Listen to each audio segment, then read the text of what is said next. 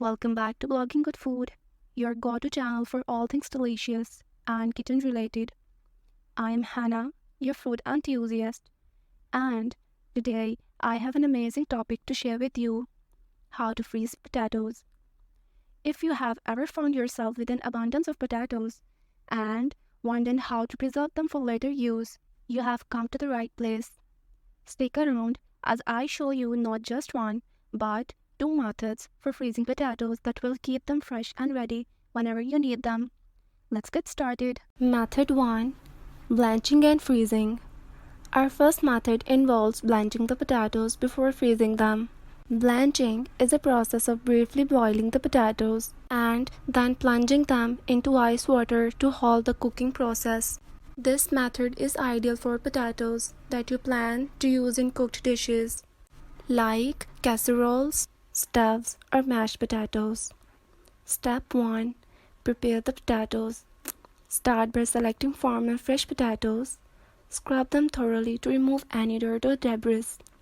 Now, peel the potatoes if desired, or you can leave the skin on for added texture and nutrients. Next, chop the potatoes into your desired shape, whether it's cubes, wedges, or slices. Step 2. Blanching. Bring a pot of water to a rolling boil and carefully add the chopped potatoes. Let them cook for about 4 to 6 minutes, depending on the size of the potato pieces. The goal is to partially cook the potatoes, not fully cook them. Once the time is up, drain the potatoes and immediately transfer them into a bowl filled with ice water. Let them cool for a minute. Step 3. Pat dry and package. After the potatoes have cooled, remove them from the ice water and pat them dry using a clean kitchen towel or paper towels. This will remove excess moisture and prevent ice crystals from forming during freezing. Now it's time to package them. You can either use freezer-safe bags or airtight containers. Make sure to label them with a date for easy identification. Method 2. Raw packing. Our second method involves freezing potatoes without blanching. This method works best for the potatoes that you plan to use in dishes like roasted potatoes, hash browns, or French fries. Step 1. Prepare and slice the potatoes. Just like before, start by cleaning and scrubbing the potatoes thoroughly. If you prefer, peel the potatoes, although it's not necessary. Slice the potatoes in your desired shape, ensuring they are all similar in size to ensure even cooking later. Step 2. Pre-freeze on a baking sheet. Lay out the sliced potatoes on a baking sheet in a single layer, ensuring they don't touch each other.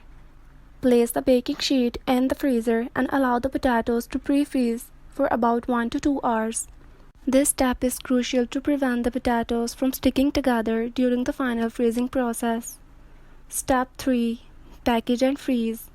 Once the pre-freeze time is up, transfer the partially frozen potatoes into freezer-safe bags or airtight containers. Again, don't forget to label them with a date. Now you can put them back in the freezer for long-time storage. Before we wrap up, let me share some additional facts and tips about freezing potatoes. Freezing potatoes can alter their texture slightly, so it's best to use them in cooked dishes rather than eating them raw after freezing. Properly frozen potatoes can last up to 12 months in the freezer without losing their quality. To minimize the risk of freezer burn, squeeze out as much air as possible from the freezer bags or containers before sealing them. Consider freezing potatoes in portion sizes that match your typical recipe requirements. This way, you can easily grab the amount you need without defrosting more than necessary. Keep in mind that thawed potatoes might release some water, so be mindful of this when using in your recipes. And there you have it, 2 fantastic methods for freezing potatoes to keep them fresh and readily available for your favorite dishes. Whether you prefer blanching them for cooked recipe or raw packing for roasted delights, freezing potatoes is a convenient way to make the most of their versatile ingredient. If you found this video helpful, don't forget to give it a thumbs up and subscribe to Blogging Good Food for more excited food tips and kitchen product reviews.